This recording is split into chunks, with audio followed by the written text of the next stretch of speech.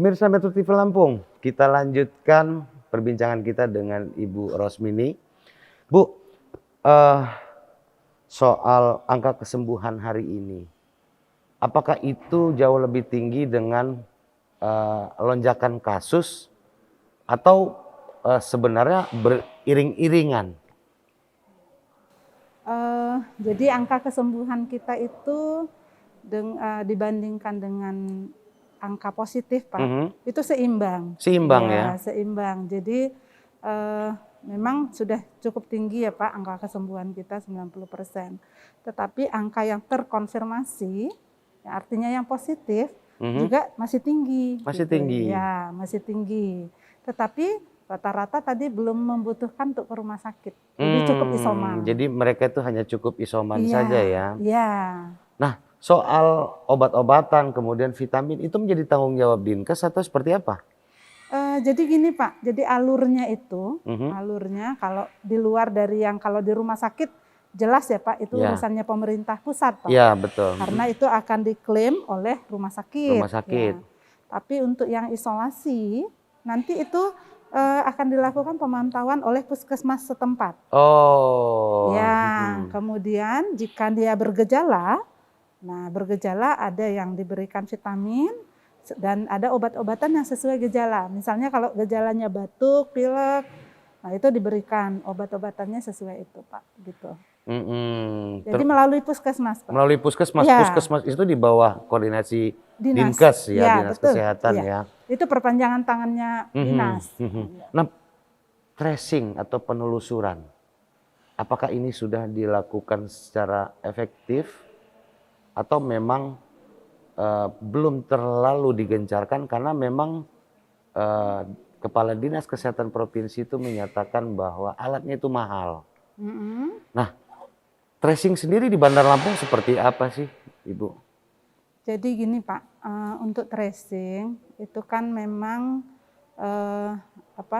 setiap satu pasien yang terkonfirmasi atau yang positif itu menurut WHO, standarnya WHO harus kita cari Pak, karena dia kan menular. Harus kita cari 25 sampai 30. Oleh Kementerian Kesehatan diperkecil lagi dengan situasi budaya kita Pak. 15 sampai 20. Nah, tapi untuk kita di Bandar Lampung ini nggak bisa Pak. Karena masih ada orang yang Pak, ketika positif masih ada yang tidak mau membuka diri. Karena takut ini menjadi air. Iya, masih. Nah, ini untung saya diundang di Metro TV ini.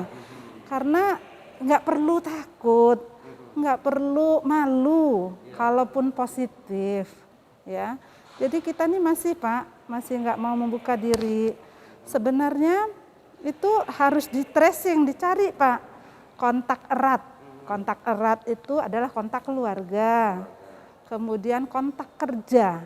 Nah, kontak kerja siapa yang tadinya berhubungan dengan dia saat kerja.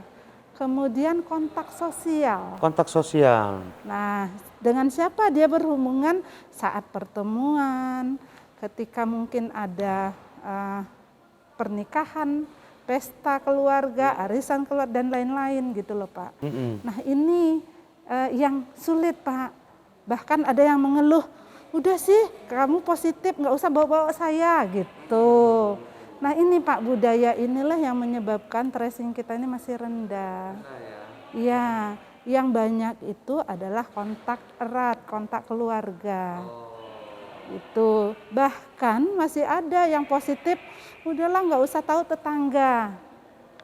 Nah itu Pak yang bikin. Nyumput-nyumput ya. Nyumput-nyumput. Padahal itu justru membawa dampak buruk terhadap mereka dan keluarganya sendiri ya Bu. Ya terkadang trauma ya Pak, melihat karena ada mungkin tetangga yang menjauhi, yang bahkan ya dulu-dulu itu bahkan membuat polis lain dan lain-lain seperti itu.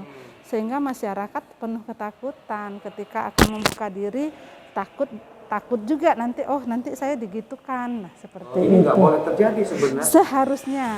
Nah, kami minta media inilah Pak yang minta tolong.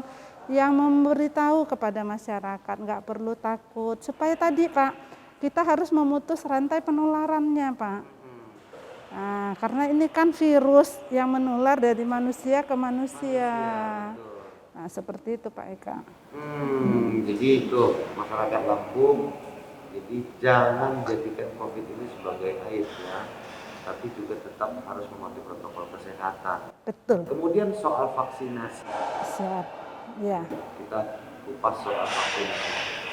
Vaksinasi di Bandar Lampung ini termasuk yang tertinggi, bahkan yang tertinggi di Provinsi Lampung. Betul. Perkembangannya saat ini sejauh apa?